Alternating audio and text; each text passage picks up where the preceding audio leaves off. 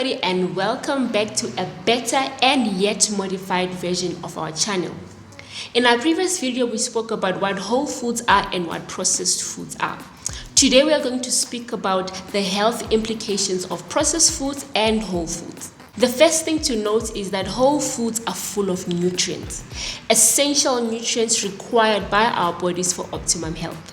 Whereas on the other hand, processed foods are high in calories. They tend to be nutritionally deficient and they lack the essential nutrients required by our bodies for optimum health. The process of processing food is the one that causes food to lose the nutrients required by our body. You see, when food is being processed, they tend to remove nutritional components required by our bodies for optimum health. Processing food can defeat the purpose of why we eat and why there is food. We do not only eat in order to get energy from the food we eat, but we also eat because food makes us well. Food has medicinal properties that are important in fighting against diseases and also to help us achieve optimum health. The removal of certain nutrients from the foods we eat can affect the way in which food becomes digested in our stomach. It can also lead to an overconsumption of calories, and this can cause you to gain weight. So an overconsumption of calories causes you to gain weight. Let us try and break that down and see if we can understand how that happens. When we talk about calories, we're talking about the amount of energy found in the foods and the drinks that we eat. Calories are not bad. In fact, our bodies need calories for energy. But eating too many calories becomes the problem. When you eat a lot of calories, and if your body fails to burn those calories during physical activity, your body then stores those calories as fat, leading to weight gain. So you gain weight because you've got excess fat in your body. So I've already mentioned that removing certain nutrients in foods can affect the way food becomes digested in our body. So I want us to look at a perfect example of how this happens. So a perfect example would be the removal of bran and jam in your white flour.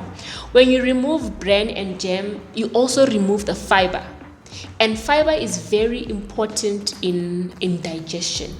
Without the help of fiber during digestion, you tend to realize that you feel hungry more quicker or more faster, and it also triggers a higher fat storage in your body. Now let us look at whole foods again. Let us look at the health implications or impact they have on us. Whole foods contain vitamins and minerals that our bodies depend on daily, like on day-to-day basis. We also get fiber and phytonutrients from whole foods, and this protect against chronic diseases such as cancer and your cardiovascular diseases.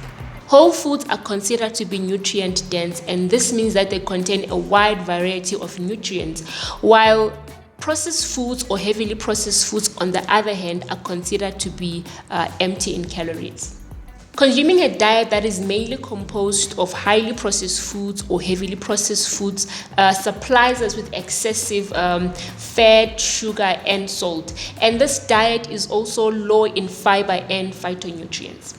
Such a diet can negatively impact our bodies and can play a role in the development of diseases such as your obesity, your hyperlipidemia, your hypertension, your diabetes, and certain types of cancer. When you consider what we've just discussed, you can already see the significant difference between your whole foods and your processed foods and your highly processed foods. And this should already encourage you to start adding more whole foods to your diet. To conclude, we agree that processing food is not entirely bad because there are some foods that need to be processed in order for us to be able to consume them and use them properly. We also acknowledge the fact that consuming a lot of heavily processed foods or highly processed foods can lead to diseases.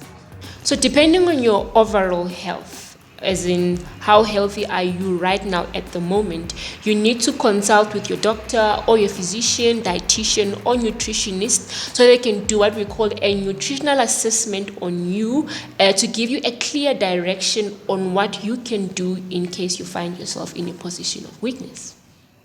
However, research suggests that avoiding processed foods for health reasons isn't typically necessary for everyone.